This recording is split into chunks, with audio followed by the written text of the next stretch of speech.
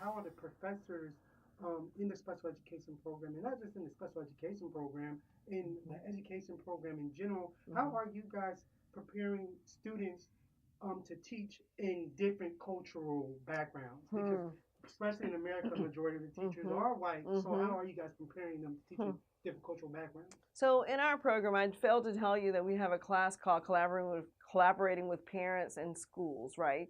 And the whole idea behind that course is that we teach the students, our students who are preparing to be teachers, how to work with parents of children with disabilities.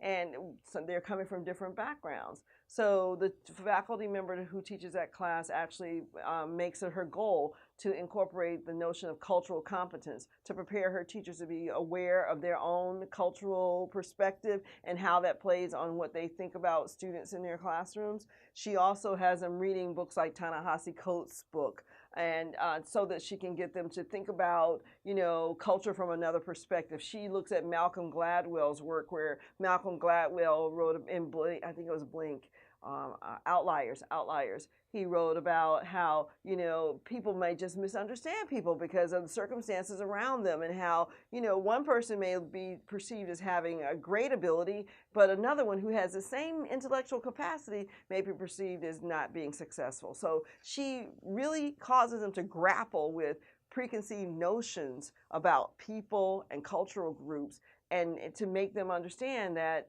just because your group happens to be the strongest one, that doesn't mean that you have the right to look down upon other people. Or just because your group happens to be different from everybody else, that doesn't mean that your group is the one that decides how the society works. We have to be open and welcoming to all groups of people. So she spends a lot of time with that, and then I come behind, and they usually take my class last, and I actually require them to apply culturally responsive teaching, cultural competence, demonstrate their cultural competence when they're planning to teach students. So they plan teaching with me, and I watch them implement and incorporate culturally responsive activities into their lesson plans.